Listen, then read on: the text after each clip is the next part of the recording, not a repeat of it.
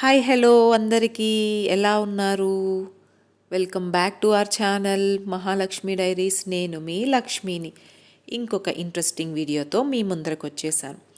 ఈ వీడియో ఏముండబోతుందంటే నా meal prep గురించి అండ్ నేను నెక్స్ట్ డే స్కూల్ బాక్స్ పెట్టాలి అంటే ఈరోజు ఏం ప్లాన్ చేసుకుంటాను, ముందు రోజే ఏం ప్లాన్ చేసుకుంటానో అవన్నీ డీటెయిల్డ్గా ఈ వీడియోలో చెప్పాలనుకుంటున్నాను.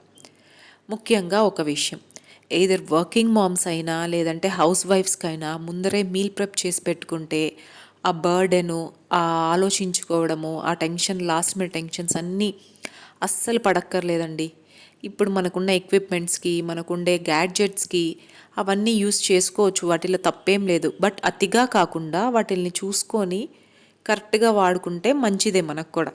నేనైతే హౌస్ వైఫ్నే అండి. అయినా కూడా ముందు రోజు రాత్రే, అంటే ఒక 1 వీక్ కాకుండా ఒకవేళ వర్కింగ్ అయ్యి ఉంటే ఒక 1 వీక్ అలా మీల్ ప్రెప్ చేసుండేదాన్నేమో. బట్ ఇప్పుడు కొంచెం నాకు ముందు రోజే నైటే పాపను పడుకోబెట్టిన ఒక జస్ట్ 1 అవర్ చాలండి. అన్ని మీల్ ప్రెప్స్ చేసేసుకోవచ్చు. ఏమేం చేయాలని ముందుగానే ఆలోచించి పెట్టుకుంటాను ఆ రోజు ఆఫ్టర్నూన్. సో దానికి తగ్గట్టుగా కూరగాయలు కట్ చేసి పెట్టుకుంటాను, రైస్ని అప్పుడే సోక్ చేసి పెడతాను, అన్నీ చేస్తాను. సో అవన్నీ నేను ఈ వీడియోలో డీటెయిల్డ్గా షేర్ చేసుకుంటాను. ఇంతకీ మీరు మీల్ ప్రెప్ చేసుకుంటారా లేదా అప్పటికప్పుడే ఫ్రెష్గా అన్నీ కట్ చేసి చేసుకునే బ్యాచా? నాతో కమెంట్ సెక్షన్లో మర్చిపోకుండా మెన్షన్ చేయండి. మీరు ఏది ఇష్టపడతారో కూడా నాకు మెన్షన్ చేయండి. ఈ వీడియో నేను సండే సండే మీల్ ప్రెప్ రోజు చేశాను. మండే కోసము ఏవేవి తయారు చేసుకోవాలో అవి పెట్టేసుకున్నాను. ఇప్పుడు యాక్చువల్లీ రేపు మండే అనమాట. మండే కోసము ఓన్లీ పాప వరకే లంచ్ ఉండింది, అందుకని చాలా మినిమల్గానే ఉండింది.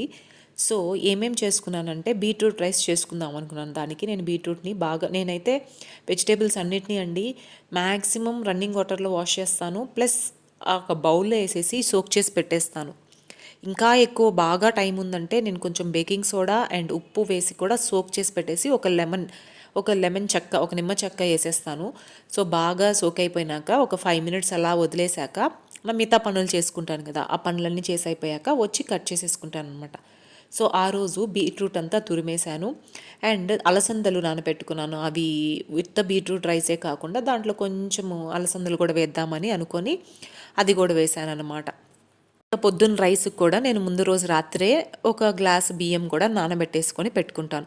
సో మార్నింగ్ లేచాక స్నాక్స్కి మర్చిపోయాను. సో గ్రేప్స్ అప్పటికప్పుడు సోక్ చేశాను అనమాట.